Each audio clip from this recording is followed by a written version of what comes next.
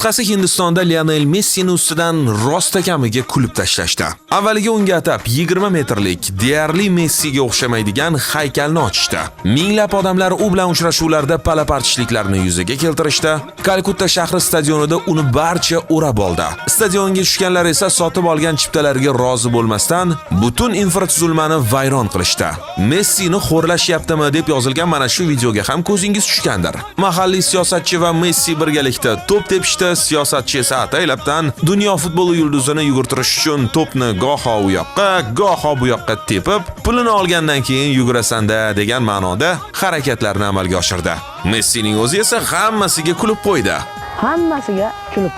Kimdirlar Messi bilan uchrashgan Bollywood yulduzlari uni mensimaganlikda ayblagan bo'lsa, boshqalar Messi va uning do'stlarini olib yurgan kichkina mashinaga e'tibor qaratishdi. 8 karra oltin to'p sohibi mashinaning 3-qatoridan bir amallab joy olganini ko'rishimiz mumkin. Bosh yulduz Messiga-ku mana shunaqangi e'tibor. Unga hamrohlik qilayotgan Inter Miami'dagi jamoadoshlari Luis Suarez va Rodrigo de Paulga bo'lgan munosabatni-ku aytmasak ham bo'ladi. Xullas, Leoning Hindistonga sarguzashtlari salkam xo'rlanishlar bilan o'tyapti.